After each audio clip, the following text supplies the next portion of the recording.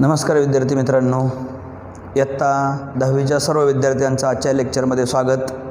आपण इयत्ता 10वीचं math second या प्रकरणातलं 9वं लेक्चर पाहतोय। यापूर्वी आपण 8 लेक्चर्स पाहिलेले आहेत। आजचं हे 9वं लेक्चर आहे आणि ह्याच्यामध्ये आपण पाहतोय ॲप्लिकेशन ऑफ ट्रिग्नोमेट्री, म्हणजे ट्रिग्नोमेट्रीवरची लेखी गणितं। त्यासाठी ट्रिग्नोमेट्रिक टेबल तुमचा पाठ असायला पाहिजे आणि 8वं लेक्चर ज्यांनी पाहिलं आहे त्यांना हे लेक्चर जास्त व्यवस्थित पाहिलं तर समजेल।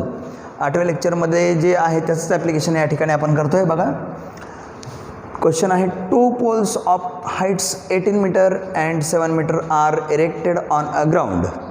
म्हणजे जमिनीवरती 2 खांब आहेत, पोल म्हणजे खांब, आणि त्याची हाईट आहे 18 मीटर आणि 7 मीटर। इरेक्टेड ऑन ग्राउंड म्हणजे जमिनीवरती असे परपेंडिक्युलर उभे आहेत, असे 2 खांब आहेत। दोन्हीची उंची सारखी नाही, बघा, एक खांब मोठा आहे आणि एक खांब लहान आहे। The length of the wire, बघा, वायरची लांबी fasten at their tops is 22 metre. म्हणजे काय की ह्यांचे जे टॉप आहे, टॉप म्हणजे शेंडे, खांबाचे वरचे जे 2 टोक आहेत त्या 2 टोकांना एक वायर बांधलेली आहे आणि त्याची लांबी आहे 22 metre. Find the angle made by the wire with the horizontal. तर या ठिकाणी काय काढायचं सांगितलं आहे? फाइंड द अँगल म्हणजे अँगलचं माप काढायचं आहे। मेड म्हणजे तयार केलेलं आहे, बाय द वायर वायरनं तयार केलेलं आहे, विथ द हॉरिझॉन्टल, हॉरिझॉन्टल म्हणजे आडवी क्षैतिज समांतर पातळी, ह्याच्याशी वायरनं तयार केलेल्या अँगलचं माप आपल्याला काढायचं आहे। मग आता आपण उत्तरामध्ये पहिल्यांदा डायग्रॅम ही महत्त्वाची आहे। मग या ठिकाणी 2 पोल, एक कमी उंचीचा आणि एक जास्त उंचीचा, असे 2 पोल या ठिकाणी काढायचे आहेत। मग आता हे 2 पोल काढले, ही समजा जमीन आहे। ही पहिला पोल आहे, समजा ह्याला ए बी नाव देऊ, दुसरा आहे सी डी नाव देऊ। ह्याची उंची 7 मीटर आहे आणि ह्याची उंची 18 मीटर आहे। असे 2 खांब आहेत। हे जमिनीला इरेक्टेड म्हणजे परपेंडिक्युलर आहेत, त्यामुळे ही हाईट असल्यामुळे ही परपेंडिक्युलर असणार आहे। आणि ह्यांच्या वरच्या टोकांना म्हणजे ए आणि डी ह्या 2 टोकांना जी वायर जोडलेली आहे ह्याची लांबी मात्र 22 मीटर सांगितलेली आहे। वरच्या ह्याला जोडलेल्या ह्याची लांबी 22 मीटर दिलेली आहे। अशा पद्धतीनं ह्या उदाहरणात दिलेल्या वर्णनाप्रमाणे आपण आकृती काढलेली आहे। आता बघा, ह्या वायरनं हॉरिझॉन्टलशी अँगल किती केला आहे असं विचारलं आहे। हॉरिझॉन्टल म्हणजे एकतर इथून तर काढावं लागेल हा अँगल, किंवा इथून तर काढावं लागेल। मग इथून आपण परपेंडिक्युलर काढूया। म्हणजे आपण जे परवा लेक्चर पाहिलं होतं 8वं, त्याच्यामध्ये बिल्डिंगची हाईट काढण्यासंदर्भातलं जे उदाहरण होतं त्याच्यासारखीच आकृती इथं पण आलेली आहे। मग आता बघा, या ठिकाणी आपल्याला काय काय करणं गरजेचं आहे? तर हे अँगलचं माप इथलं विचारलेलं आहे। मग एवढं वर्णन आपल्याला अगोदर या ठिकाणी लिहावं लागेल। काय लिहावं लागेल? इन फिगर लेट, आकृतीमध्ये let A B and C D be the heights of 2 पोल्स। ए बी आणि सी डी ह्या काय आहेत? 2 पोलच्या हाईट आहेत, ह्या 2 पोलच्या हाईट आहेत असं मानलं। Segment A D represents length of wire, म्हणजे सेगमेंट ए डी काय आहे? तर ती वायरची लांबी आहे। यानंतर drawn segment A E perpendicular segment C D and C dash A dash D, म्हणजे हे कोलिनियर आहेत असं अर्थ आहे। म्हणजे ए ई जे आहे हे आपण ह्याच्यावरती परपेंडिक्युलर काढलेलं आहे। आता ह्याच्यामधली मापं पण लिहिता येतील आपल्याला, ते कसे लिहिता येतील बघा।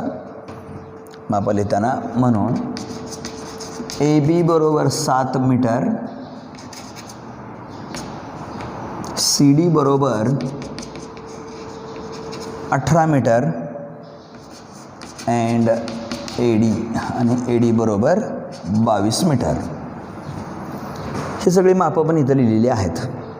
आता लक्षात घ्या की इथं 90 डिग्री आहे, इथं 90 डिग्री आहे, इथं 90 डिग्री आहे, त्यामुळे रिमेनिंग अँगल हा पण 90 डिग्री असणार आहे। आणि म्हणून ए बी सी ई हा जो चौकोन आहे ना, हा असणार आहे रेक्टँगल, आणि त्याच्या अपोजिट साईड सारखे असणार। मग हे जर 7 मीटर असेल तर ही सी ई सुद्धा 7 मीटर होईल बघा। मग आता ही टोटल सी डी आहे 18 मीटर, पैकी सी आहे 7 मीटर, मग हे उरलेलं आपोआप 11 मीटर मिळू शकतंय. मग हे जर 11 मीटर मिळालं तर आपल्याला पाहिजे इथल्या अँगलचं माप. मग आता ह्या अँगलचे अपोजिट साईड माहिती आहे आणि हायपोटेन्यूस पण माहिती आहे. मग ॲडजस्टमेंटची गरजच नाही. ही खालची बाजू दिलेली नाही, ही पण दिलेली नाही. मग या ठिकाणी आपल्याला काय काय करता येईल बघा. देअरफॉर म्हणून चौकोन ABCE इज रेक्टँगल. हा चौकोन काय झाला? रेक्टँगल. वी नो दॅट, आपल्याला माहीत आहे. काय माहिती आहे आपल्याला? The opposite sides of rectangle are congruent. Opposite sides of rectangle are congruent. आणि म्हणून AB ह्याच्याबरोबर C बरोबर 7 मीटर. जेवढं AB आहे तेवढं C आहे. आता हे पण सारखं आहे, पण ह्यातलं कुठलंच अंतर माहीत नाही, त्यामुळे हे नाही लिहिलं तरी चालेल. AE आणि BC लिहायची गरज नाही. हे आणि हे 7. आता हे 7 आणि हे सगळं 18 आहे. ह्याच्यावरून हे DE अंतर काढता येईल. मग कसं काढता येईल बघा. अल्सो DE अधिक CE बरोबर CD असणार आहे बघा. DE आणि CE दोन्हीची बेरीज CD असणार आहे. आणि ह्याला कारण C dash A dash D म्हणजे ही कोलिनियर आहे ना, म्हणून ते त्याचं कारण. मग DE माहीत नाही आपल्याला, पण CE माहीत आहे 7 आणि CD पण माहीत आहे 18. पूर्ण अंतर CD 18 आहे. मग हे अधिक 7 तिकडे गेल्यानंतर वजा होईल. DE बरोबर 18 वजा 7 म्हणजेच DE बरोबर येणार आहे 11 मीटर. मग आता हे अंतर मिळालं. मग जो अँगल पाहिजे होता आपल्याला, हा अँगल काढायसाठी ह्याच्या अपोजिट साईड 11 माहीत आहे आणि हायपोटेन्यूस पण माहीत आहे. मग अपोजिट साईड आपण हायपोटेन्यूस हे सूत्र कशाचं आहे? पहिल्या लेक्चरमध्ये ट्रिग्नॉमेट्रीच्या पाहिलं होतं आपण. तर ते आहे साईनची डेफिनेशन, म्हणून आपण साईन वापरता येईल. मग नाव इन ट्रायंगल AED बा AED ह्या ट्रायंगलमध्ये angle E is equal to 90 degree. मग sine angle DAE is equal to opposite side DE upon hypotenuse AD. आता बघा साईन DAE हे अँगल बरोबर opposite side DE upon hypotenuse AD. अशा पद्धतीनं साईन हे पहिल्यांदाच वापरलं आहे बघा. यापूर्वी आपण प्रत्येक उदाहरणामध्ये टॅन वापरत होतो, पण ह्याच्यामध्ये मात्र पहिल्यांदाच आपण साईन वापरलेलं आहे. मग ह्याच्यामध्ये साईन अँगल DAE बरोबर DE आहे 11 आणि AD आहे 22. बघा DE इथं 11 आहे आणि AD इथं 22 आहे. मग इथं भाग जाईल. 11 1 11, 11 2 22. मग ह्याच्या पुढच्या पायरीला येणार आहे sine angle DAE is equal to 1/2 1/2. ह्याला आपण 1 नंबर नाव देऊ. आता अँगल काढताना आपल्याला काय करावं लागतं आहे बघा. परंतु साईनच्या कुठल्या ओळीत 1/2 किंमत आहे त्यासाठी ट्रिग्नॉमेट्रिक टेबल तुमच्यासमोर पाहिजे. ट्रिग्नॉमेट्रिक टेबलमध्ये साईनच्या ओळीमध्ये साईन 30ची किंमत 1/2 आहे. साईन 30 1/2 आहे, म्हणून इथं sine 30 is equal to half असं लिहिणार आहे. ह्याला 2 नंबर नाव. हे ट्रिग्नॉमेट्रिक टेबलवरून लिहिलं आहे. मग ह्याच्यापुढं फ्रॉम 1 and 2 1 आणि 2 वरनं ह्या दोन्हीची उजवी बाजू सेम दिसत आहे बघा. Half half. मग ही डावी सेम असणार.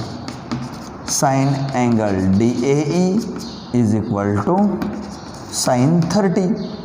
मग ह्याच्यावरनं साईन जर निघून गेलं तर therefore angle DAE is equal to 30 degree. म्हणजे इथं जो आपल्याला अँगल त्यांनी विचारलेला आहे हा हॉरिझॉन्टल फाइंड द अँगल, तर त्या अँगलचं माप आपल्याला 30 अंश मिळालं आहे. मग ते वाक्यात लिहिताना आपल्याला इथनं जसं विचारलं तसं लिहावं लागेल. Therefore the angle made by the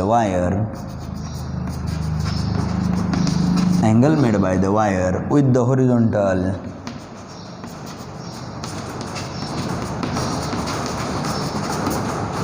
is 30 degree. आणि इथं हे उदाहरण संपलेलं आहे. तर मला वाटतं हे गणित व्यवस्थित जर तुम्ही लक्षपूर्वक बघितलं तर हे व्हिडिओ पॉज करून व्यवस्थित वहीत लिहून घ्या आणि ह्याच्यामध्ये काय अडचण आली तर मला डायरेक्ट फोन करून विचारू शकता. पण व्यवस्थित लक्ष दिलं तर हे तुम्हाला समजलं असेल. यानंतर आपण पुढचं उदाहरण पाहूया. तर बघा, हा पुढचा प्रश्न आहे. A kite is flying at a height of 60 metre above the ground. The string attached to the kite is tied at the ground. It makes an angle of 60 degree with the ground. Assuming that the string is straight, find the length of the string. Root 3 is equal to 1.73. आता लक्षात घ्या, ह्या प्रश्नाचा अर्थ काय. अ kite म्हणजे एक पतंग. इज फ्लाइंग, फ्लाइंग म्हणजे उडतोय. At a height of 60 metre above the ground. Above the ground म्हणजे जमिनीपासून 60 मीटर उंचीवरती एक पतंग हवेमध्ये उडतोय असं या ठिकाणी सांगितलेलं आहे. पुढं काय म्हणलं त्यांनी. The string attached to the kite. String म्हणजे दोरा, पतंगाचा सडा. तो अटॅच्ड म्हणजे जोडलेला आहे टू द काईट, पतंगाला. इज टाईड म्हणजे बांधला आहे. ॲट द ग्राउंड म्हणजे पतंगाला जोडलेला दोरा जमिनीला बांधून ठेवलेला आहे. म्हणजे जमिनीवरती आपण पतंग बांधून ठेवलेला आहे. It makes an angle of 60 degree with the ground. आणि तो जो पतंगाचा दोरा आहे तो त्या जमिनीशी किती अंशाचा अँगल करतोय. 60 अंशाचा अँगल करतोय जमिनीशी. अज्युमिंग दॅट गृहीत धरा की. काय गृहीत धरायला सांगितलं आहे. The string is straight. तो दोरा एकदम सरळ आहे असं गृहीत धरा. आता प्रत्यक्ष पतंग उडवणाऱ्या मुलांना अनुभव असेल बघा. ते दोरा जो असतो ना त्याचा सडा, त्याला असा डेरा आलेला असतो. म्हणजे ते डेरा पकडायचा नाही म्हणलं त्याने, एकदम सरळ स्ट्रेट आहे असंच म्हणायचं आहे. तर फाइंड काढा the length of the string. तर त्या दोऱ्याची लांबी काढा असं दिलेलं आहे. आणि तो वर्गमूळ 3ची किंमत दिली आणि दोऱ्याची लांबी विचारलेली आहे. मग आता उत्तरामध्ये आपण काय करणार आहोत पहिल्यांदा. तर या ठिकाणी समजा या ठिकाणी पतंग हवेत ए या ठिकाणी उडतोय असं मानलं आहे. आणि या सी या ठिकाणी हा दोरा बांधलेला आहे जमिनीवरती. आणि इथं ही ए बी ही जमिनीपासूनची पतंगाची उंची आहे. जमिनीपासून बीपासून एपर्यंत असा पतंग हवेत उडतोय. आणि ह्याची उंची त्याने दिलेली आहे 60 मीटर. ही पतंगाची हवेतली उंची. आणि हा जो दोरा आहे ना हा जमिनीला 60 अंशाचा अँगल करतो आहे असं पण सांगितलं आहे 60 डिग्री. तर त्यांचं काय म्हणणं आहे की ह्या दोऱ्याची लांबी काढा म्हणजे ही लांबी काढा. आता थोडंसं विचार करावं लागेल. ह्याच्यामध्ये आकृतीमध्ये पतंग कुठं आहे असं दाखवतो आहे. ए पॉईंट जवळ आहे असं दिसतंय. ही ए बी काय आहे. पतंगाची जमिनीपासूनची उंची. दोरा जमिनीवर कुठं बांधला आहे. सी जवळ. म्हणजे ए सी ही त्याचा सडा झाला, दोरा झाला. मग ह्याचं वर्णन आपल्याला अगोदर लिहावं लागेल. काय लिहावं लागेल बघा. इन फिगर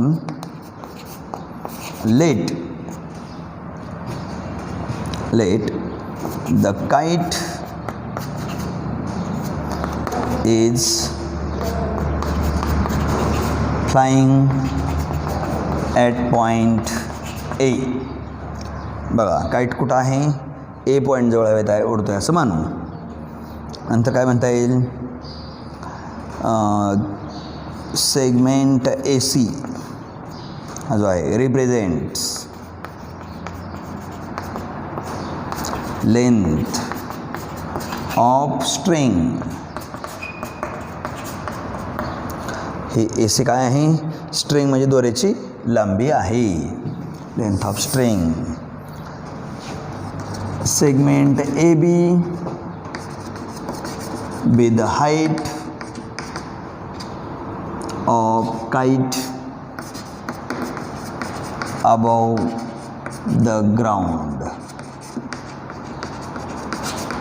काय म्हणलं आहे. Segment A B with the height of kite above the ground. म्हणजे ही हाईट आहे कोणाची. काईटची, पतंगाची. कुठून. जमिनीपासूनची उंची आहे.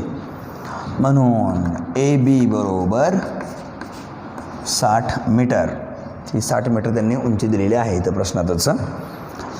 आता इथला अँगल पण 60 दिला आहे. पण हा अँगल एलिव्हेशन का डिप्रेशन. तर हा एलिव्हेशन पण नाही डिप्रेशन पण नाही. कारण इथं लाईन ऑफ व्हिजन नाही ना. लाईन ऑफ व्हिजन म्हणजे दृष्टिरेषा. ज्यावेळेस आपण एखाद्या वस्तूकडं पाहतो त्यावेळेस डोळ्याने अंतर जे सरळ असतं काल्पनिक रेषा त्याला लाईन ऑफ व्हिजन म्हणतो आपण. पण इथं लाईन ऑफ व्हिजन नाही. तर प्रत्यक्ष द्वारा आहे त्यामुळे एलिव्हेशन किंवा डिप्रेशन म्हणता येणार नाही. डायरेक्ट म्हणू आपण angle A C B is equal to 60 degree. A C B हा अँगल 60 अंशाचा आपण डायरेक्ट मानलेला आहे. 9. आता in triangle ABC angle B is equal to 90 degree. ABC ह्या ट्रायंगलमध्ये B अँगल 90 डिग्री आहे असं मानलं. आता याच्यानंतर लक्षात घ्या 60च्या समोरची बाजू माहीत आहे म्हणजे अपोजिट साईड माहीत आहे आणि ह्याने दोऱ्याची लांबी विचारली. Find the length of the string. ह्याची लांबी विचारली म्हणजे हायपोटेन्यूस विचारला आहे.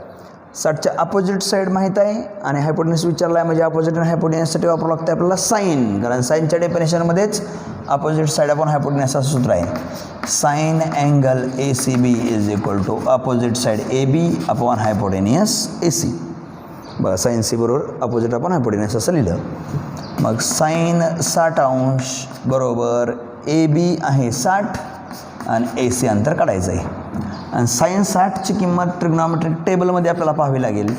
√3/2 आहे वर्गमुळात 3/2 आणि मग तिरका गुणाकार करावा लागेल इथं वर्गमुळात 3 गुणिले AC बरोबर 2 गुणिले 60 आणि मग या ठिकाणी वर्गमुळात 3 गुणिले AC बरोबर 120 गुणिले वर्गमुळात 3 तिकडे भागिले होईल.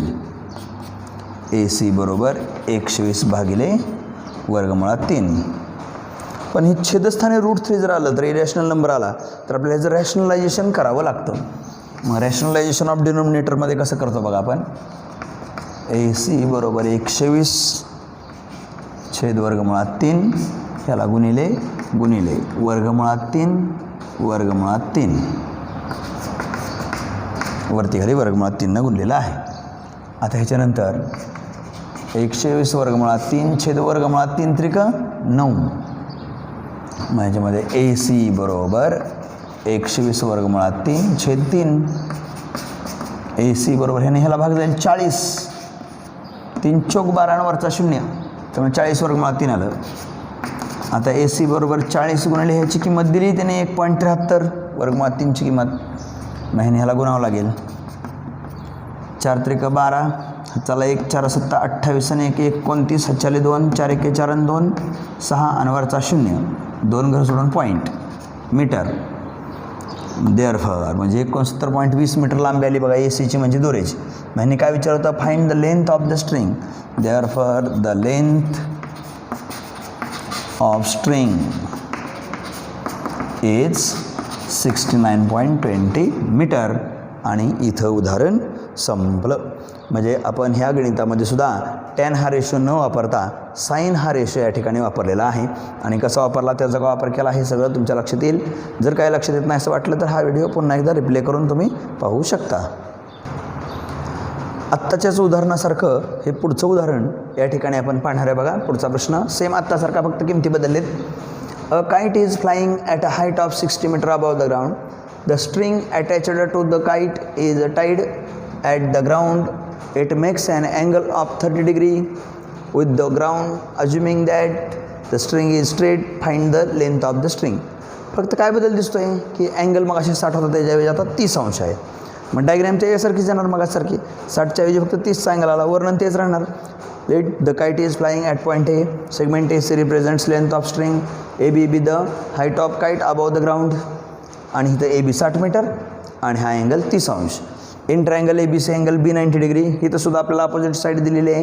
हायपोटेन्यूस विचारला आहे. अपोजिट हायपोटेन्यूस म्हणजे साईन वापरावं लागेल. साईन अँगल ACB बरोबर AB upon AC. Sine 30 is equal to 60 upon AC.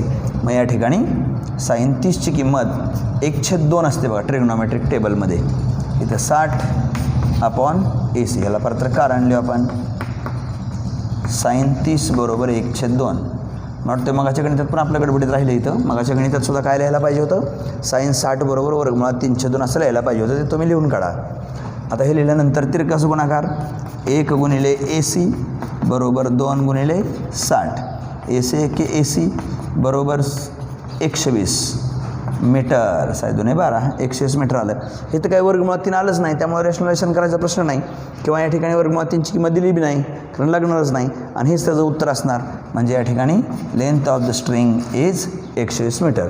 हे गणित खूपच सोपं झालं मगाच्या गणिताच्या तुलनेनं कारण या ठिकाणी साईन 30ची किंमत 1/2 आहे. तर मला वाटतं हे पण उदाहरण तुम्हाला समजलेलं असेल. तर आता तुम्ही काय करायचं आहे, याची झालेली तिन्ही गणितं वहीत व्यवस्थित सोडवायची आहेत आणि पाठीमागच्या उदाहरणांवर पण कंटिन्यू रिव्हिजन टाकायचे आहे. नाहीतर आपण काय करेल, पुढं अभ्यास करत जाईल आणि पाठीमागचं तसंच विसरून जाईल. त्यामुळे पाठीमागच्या भागावर पण रिव्हिजन टाका. ज्यावेळेस प्रत्यक्ष शाळा चालू होईल त्यावेळेस आपण ह्याची रिव्हिजन पुन्हा वर्गात घेणारच आहोत. तर काही तरी नियमित तुम्ही अभ्यास करा. आज या ठिकाणी आपण थांबूया. धन्यवाद.